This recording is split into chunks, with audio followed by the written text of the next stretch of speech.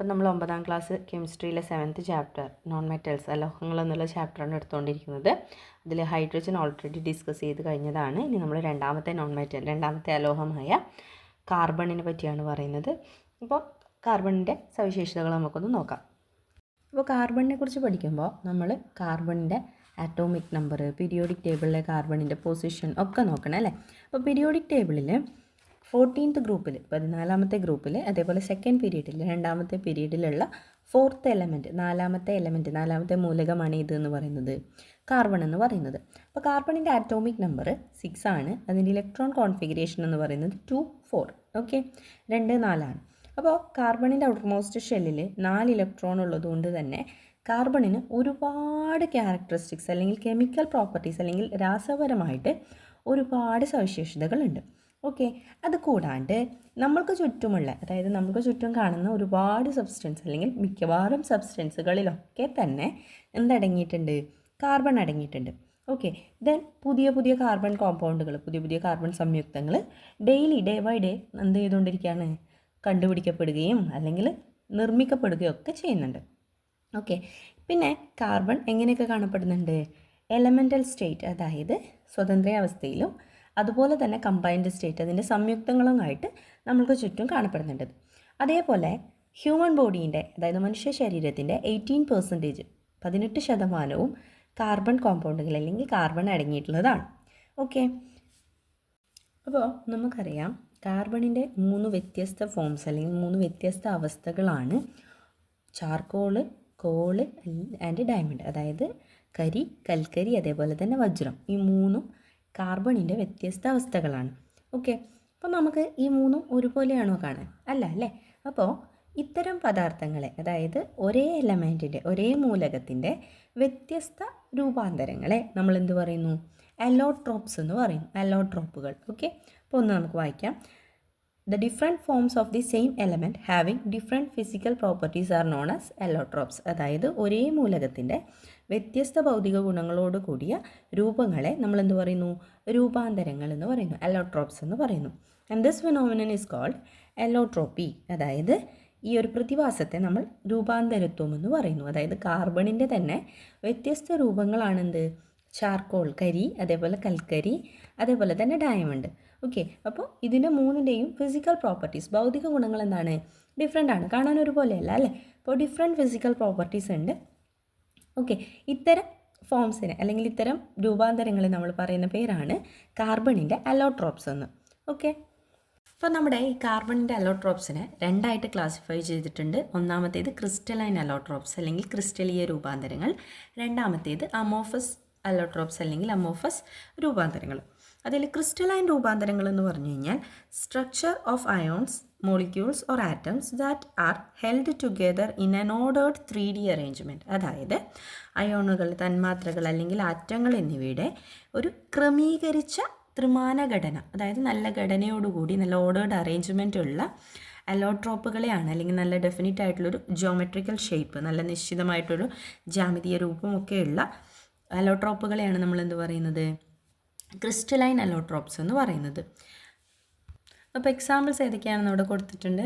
Diamond, graphite, fullerene, graphene. Okay, 4 examples ഉണ്ട്. ആ 4 ഒന്ന് ഓർത്ത് വെക്കുക. അപ്പോൾ അമോഫസ് അലോട്രോപ്സ് അല്ലെങ്കിൽ അമോഫസ് രൂപാന്തരങ്ങൾ എന്ന് പറഞ്ഞു കഴിഞ്ഞാൽ substance that do not have a definite crystal structure, അതായത് ഒരു നിശ്ചിതമായ ക്രിസ്റ്റൽ ഘടന ഇല്ലാത്ത ഖരരൂപാന്തരങ്ങളെ നമുക്ക് എന്ത് പറയാം? ഖരപദാർത്ഥങ്ങളെ നമുക്ക് എന്ത് പറയാം? അമോഫസ് അലോട്രോപ്സ് എന്ന് പറയാം, അല്ലെങ്കിൽ അമോഫസ് രൂപാന്തരങ്ങൾ എന്ന് പറയാം. ഓക്കെ, എക്സാമ്പിൾസ് ഏതൊക്കെയാണ്? ചാർക്കോള്, കോക്ക്, ദെൻ ലാംബ്ലാക്ക് കോൾ, അതായത് വിളക്കുകരി, അതേപോലെ കൽക്കരി. ഇതൊക്കെയാണ് എന്തെന്ന് പറയുന്നത്? അമോഫസ് കാർബണിന് അല്ലെങ്കിൽ അമോഫസ് അലോട്രോപ്പുകൾക്ക് എക്സാമ്പിൾ എന്ന് പറയുന്നത്. ഓക്കെ, അപ്പോൾ നമ്മൾ കാർബണിൻ്റെ അലോട്രോപ്സിൽ നമ്മൾ ആദ്യം പഠിക്കുന്നത് ക്രിസ്റ്റലൈൻ അലോട്രോപ്സിനെ പറ്റി അല്ലെങ്കിൽ ക്രിസ്റ്റലീയ രൂപാന്തരങ്ങളെ പറ്റിയാണ്. അപ്പോൾ ക്രിസ്റ്റലൈൻ അലോട്രോപ്സ് എന്ന് പറഞ്ഞു കഴിഞ്ഞാൽ which have definite geometrical shape, അതായത് കൃത്യമായ ജാമിതീയ ഷേപ്പ്, രൂപവും, അതേപോലെ തന്നെ particles that have arranged in A regular pattern, അതായത് കൃത്യമായിട്ടുള്ള രീതിയിൽ ഒരു ഓർഡറിൽ അറേഞ്ച് ചെയ്തിരിക്കുന്ന രൂപം. ഓക്കെ, അത്തരം രൂപവുമുള്ള 3 ഡയമെൻഷണൽ കാർബൺ ഫോംസിനെ അല്ലെങ്കിൽ കാർബണിൻ്റെ രൂപാന്തരങ്ങളെയാണ് നമ്മൾ എന്ത് പറയുന്നത്? ക്രിസ്റ്റലൈൻ അലോട്രോപ്സ് എന്ന് പറയുന്നത്. അപ്പോൾ അതിൻ്റെ എക്സാമ്പിൾ എന്ന് പറയുന്നത് ഡയമണ്ട്, ഗ്രാഫൈറ്റ്, ഗ്രാഫീൻ, അതേപോലെ ഫ്യുള്ളറിനാണ്. അപ്പോൾ നമുക്കിതൊക്കെ പഠിക്കാനുണ്ട്. അതിൽ നമ്മൾ ആദ്യം പഠിക്കാൻ പോകുന്നത് ഡയമണ്ടിനെ പറ്റിയാണ്. Diamond is the hardest substance in nature. അപ്പോൾ ഡയമണ്ടാണ് പ്രകൃതിയിൽ ഏറ്റവും കാഠിന്യം കൂടിയ ഒരു പദാർത്ഥം എന്ന് പറയുന്നത്. Okay, the peculiarities of diamond is due to its crystalline structure. അതായത് അതിൻ്റെ സവിശേഷതകൾക്ക് ഒരു കാരണമെന്ന് പറയുന്നത് അതിൻ്റെ ക്രിസ്റ്റൽ ഘടനയാണ്. ഓക്കെ, ഇനി നമുക്കതിൻ്റെ ആറ്റോമിക് നമ്പർ അറിയാം അല്ലേ? കാർബണിൻ്റെ ആറ്റോമിക് നമ്പർ അറിയാം. കാർബണിൻ്റെ ആറ്റോമിക് നമ്പർ എത്രയാണ്? 6 ആണ്. അതുകൊണ്ട് തന്നെ കാർബണിൻ്റെ വാലൻസി എന്ന് പറയുന്നത് 4 ആണ്. ഓക്കെ, അപ്പോൾ ഡയമണ്ടിൻ്റെ കേസിൽ വരുമ്പോൾ ഓരോ കാർബൺ ആറ്റവും അതിൻ്റെ തൊട്ടടുത്ത് വരുന്ന കാർബൺ ആറ്റവുമായിട്ട് കോവാലൻ ബോണ്ടിങ്ങിലാണ് ഏർപ്പെടുന്നത്. അതായത് സഹസംയോജക ബന്ധനത്തിലാണ് ഏർപ്പെടുന്നത്. Okay, how many surrounding carbon atoms, അതായത് ചുറ്റുമുള്ള എത്ര കാർബൺ ആറ്റവുമായിട്ടാണ് കോവാലൻ ബോണ്ടിങ്ങിൽ ഏർപ്പെടുക. അപ്പം നമുക്കറിയാം കാർബണിൻ്റെ വാലൻസി 4 ആണ്. അതുകൊണ്ട് തന്നെ 4 കാർബൺ ആറ്റവുമായിട്ട് ഒരു കാർബണിന് എന്ത് ചെയ്യാൻ പറ്റും? കോവാലൻ ബോണ്ടിങ്ങിൽ ഏർപ്പെടാൻ പറ്റും അല്ലേ? അതുകൊണ്ട് തന്നെ ഈ ഡയമണ്ടിൻ്റെ കേസിൽ ഫ്രീ ഇലക്ട്രോൺസ് ഇല്ല. അതായത് ഫ്രീ ഇലക്ട്രോൺസ് പ്രസൻ്റ് ആയിട്ടേ ഇല്ല. അതായത് എന്താണ്? സ്വതന്ത്രാവസ്ഥയിൽ ഇലക്ട്രോണുകളെ കാണാൻ പറ്റില്ല. ഓക്കെ, അതുകൊണ്ട് തന്നെ കാർബൺ ആറ്റംസ് തമ്മിലുള്ള സ്ട്രോങ് ബോണ്ട്, അതായത് വളരെ ശക്തിയുള്ള ബന്ധനം അല്ലെങ്കിൽ സഹസംയോജക ബന്ധനം എന്ന് പറയുന്നത് വളരെ സ്ട്രോങ് ആണ്. ഓക്കെ, അതുകൊണ്ട് തന്നെ അത് ഡയമണ്ടിൻ്റെ ഹാർഡ്നെസ്, അതായത് കാഠിന്യത്തിന് കാരണമാവുന്നു. ഓക്കെ, അതായത് due to the strong bond between carbon atoms is responsible for the hardness of diamond. അതായത് ഡയമണ്ടിൻ്റെ ഹാർഡ്നെസ്സിന്, ഡയമണ്ടിൻ്റെ കാഠിന്യത്തിന് കാരണം എന്താണ്? സ്ട്രോങ് ആയിട്ടുള്ള, വളരെ സ്ട്രോങ് ആയിട്ടുള്ള കോവാലൻറ്റ് ബോണ്ടാണ്. Okay, and due to the absence of free electrons in this crystalline structure diamond does not conduct electricity. അതായത് ഇതിൻ്റെ ക്രിസ്റ്റലീയ രൂപത്തിൽ ഫ്രീ ഇലക്ട്രോൺസുകൾ, അതായത് ഫ്രീ ആയിട്ടുള്ള ഇലക്ട്രോണുകൾ പ്രസൻ്റ് അല്ലാത്തത് കൊണ്ട് അല്ലെങ്കിൽ ഇല്ലാത്തത് കൊണ്ട് തന്നെ ഡയമണ്ട് ഇലക്ട്രിസിറ്റീനെ, വൈദ്യുതിയെ എന്ത് ചെയ്യുന്നില്ല? കണ്ടക്ട് ചെയ്യുന്നില്ല, അല്ലെങ്കിൽ വൈദ്യുത ചാലകമല്ല. ഓക്കെ, അപ്പോൾ എന്തൊക്കെയാണ് ഡയമണ്ടിൻ്റെ സവിശേഷതകൾ എന്ന് പറഞ്ഞത്? Diamond is the hardest substance in nature. അതായത് പ്രകൃതിയിൽ ഏറ്റവും കാഠിന്യം കൂടിയ പദാർത്ഥമാണ് എന്തെന്ന് പറയുന്നത്? ഡയമണ്ട് എന്ന് പറയുന്നത്. ഓക്കെ, എന്താണ് അതിൻ്റെ റീസൺ എന്ന് പറയുന്നത്? ക്രിസ്റ്റലൈൻ സ്ട്രക്ചർ, അതായത് അതിൻ്റെ ക്രിസ്റ്റൽ ഘടന.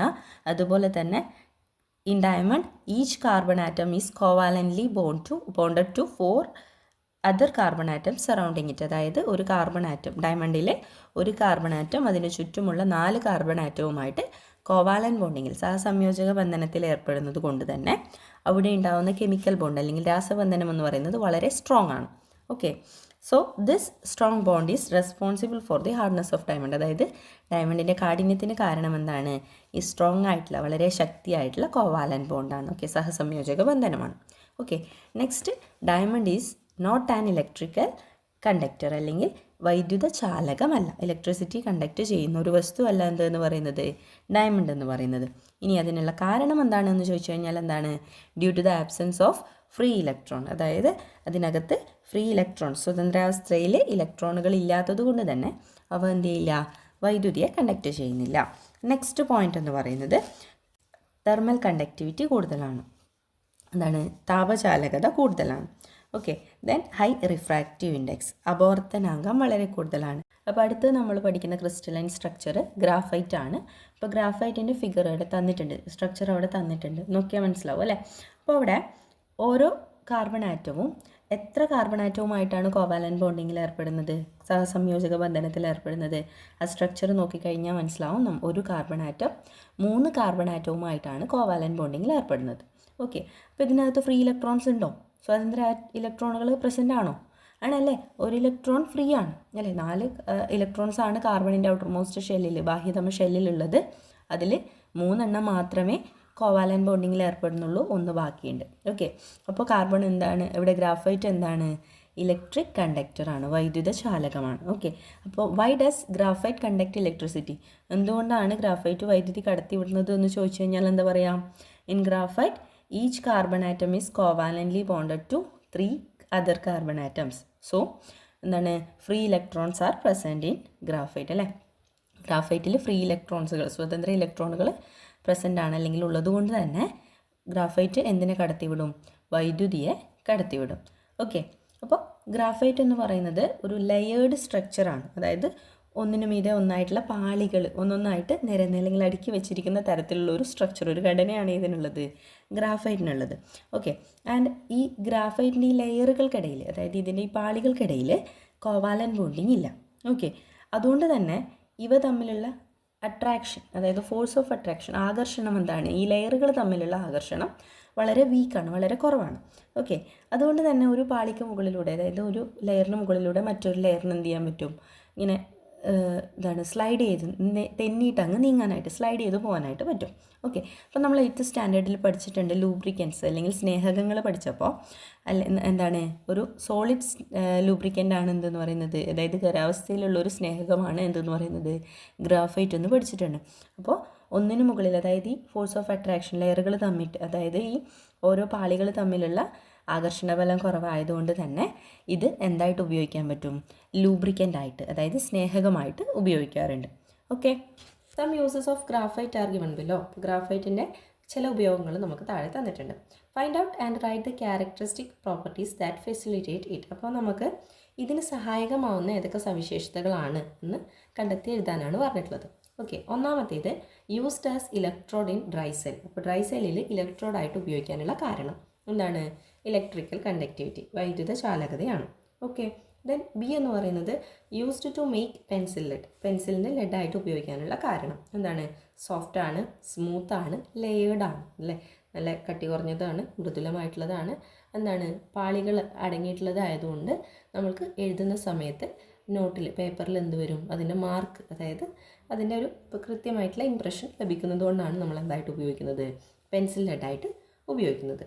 ദെൻ ലൂബ്രിക്കൻറ്റ്, സ്നേഹകമായിട്ട് ഉപയോഗിക്കുന്നത്. കാരണം എന്താണ്, സോഫ്റ്റാണ്, സ്ലിപ്പറി, ലെയേർഡ് ആയിരിക്കുന്നതുകൊണ്ട് തന്നെ, അതായത് പാളികളായിട്ടുള്ളത് കൊണ്ട് തന്നെ ഒന്നിന് മുകളിൽ എന്തായിട്ട് മാറും, തെന്നി മാറും, അല്ലേ.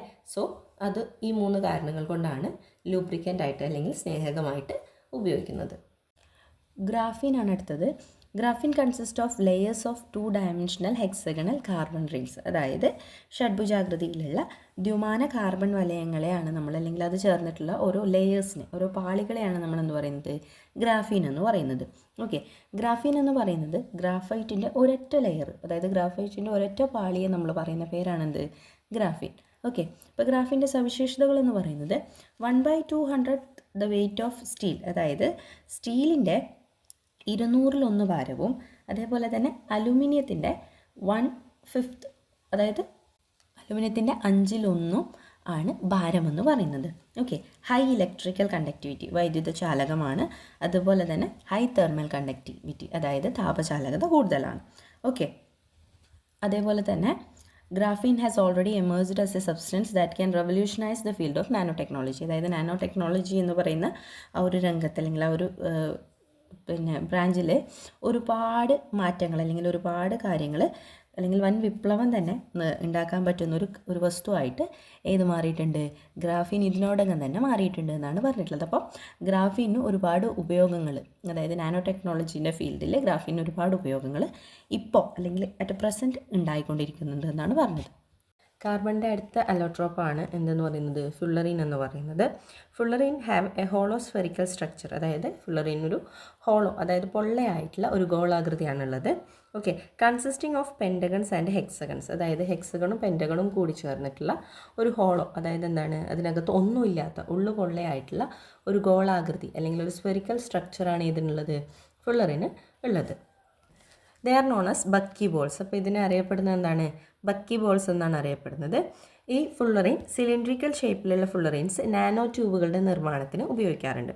Okay, they are called bucky tubes. അതായത് സിലിണ്ട്രിക്കൽ ഷേപ്പിലുള്ള ഫുള്ളറിൻ എന്തിനു ഉപയോഗിക്കാറുണ്ട്, നാനോ ട്യൂബ്സിൻ്റെ നിർമ്മാണത്തിന് അല്ലെങ്കിൽ നാനോ ട്യൂബുകൾ നിർമ്മിക്കാൻ വേണ്ടി ഉപയോഗിക്കാറുണ്ട്. അവയെ നമ്മൾ പറയുന്നത് ബക്കി ട്യൂബുകൾ എന്നാണ്. ഓക്കെ, ദീസ് മെയ്ഡ് എന്താണ്, revolutionary impact in the field of information and communication technology. അതായത് എന്താണ്, വിവരസാങ്കേതിക വിദ്യകളിൽ വലിയൊരു ഇമ്പാക്റ്റ് അല്ലെങ്കിൽ വളരെ ട്രമൻഡസ് ആയിട്ടുള്ള ഒരു കണ്ടുപിടുത്തം തന്നെയാണ് ഇതെന്ന് പറയുന്നത്, നാനോ ട്യൂബ്, അതായത് കാർബൺ നാനോ ട്യൂബുകളുടെ കണ്ടുപിടുത്തം എന്ന് പറയുന്നത്. അപ്പോൾ നാനോ ട്യൂബുകളിൽ ഉപയോഗിക്കുന്നത് ഫുള്ളറീനാണ്. അത് ഏത് ഷേപ്പിലുള്ളതാണ്, സിലിണ്ട്രിക്കൽ ഷേപ്പിലുള്ളതാണെന്ന് ഓർത്ത് വെക്കുക.